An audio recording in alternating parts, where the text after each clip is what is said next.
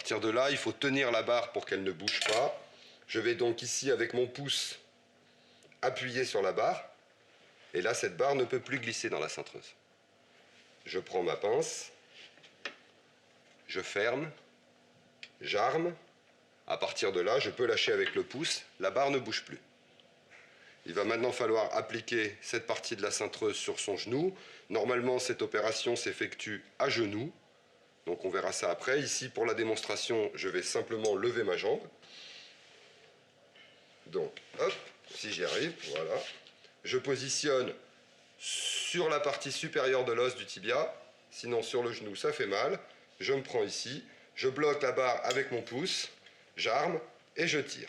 Avant de tirer, il est très important de repérer jusqu'où on veut aller. On a ici le repère de fin de cintrage qui doit venir jusqu'à 90 degrés. Et là, à partir de là, bras tendus, c'est le bassin qui travaille, ce ne sont pas les bras. Si vous avez les bras fléchis, vous n'avez pas assez de force.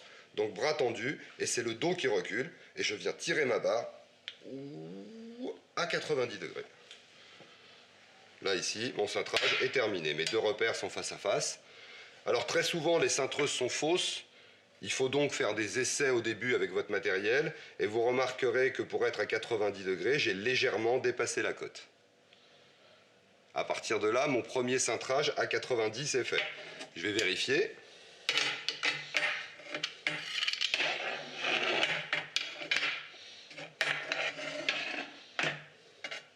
Je pose.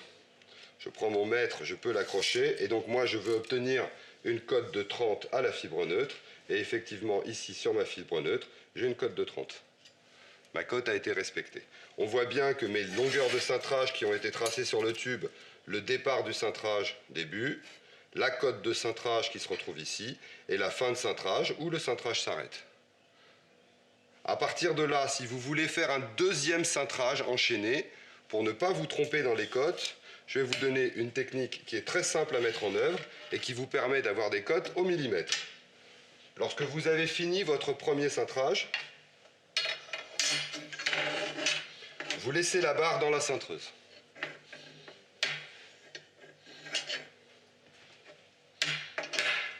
Supposons que nous voulions encore à nouveau une cote de 30. La cote se prend de fibre neutre à fibre neutre. Nous allons ici mesurer depuis la fin du cintrage, c'est-à-dire 5 cm après la fibre neutre, et nous voulons obtenir une cote de cintrage au point 0, c'est-à-dire 5 cm avant la cote, ce qui nous fait 5 cm ici, 5 cm ici. Je vais donc tout simplement prendre mon mètre, et au lieu de partir du 0, je vais mettre le 10 sur la fin du cintrage.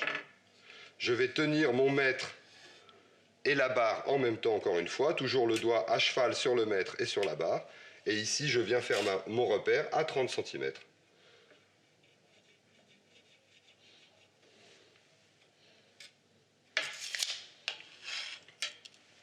Je défais ma pince. Je remets la barre.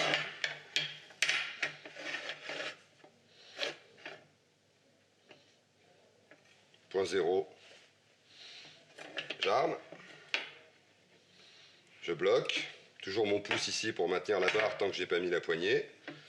Je me remets en position.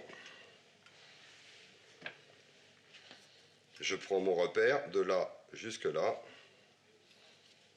Bras tendu, c'est le dos qui travaille et je tire. Voilà.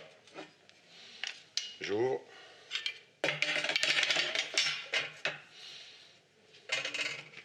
Je viens mesurer. Alors là, je ne peux pas l'accrocher, ça ne prend pas. Je me mets sur la fibre neutre.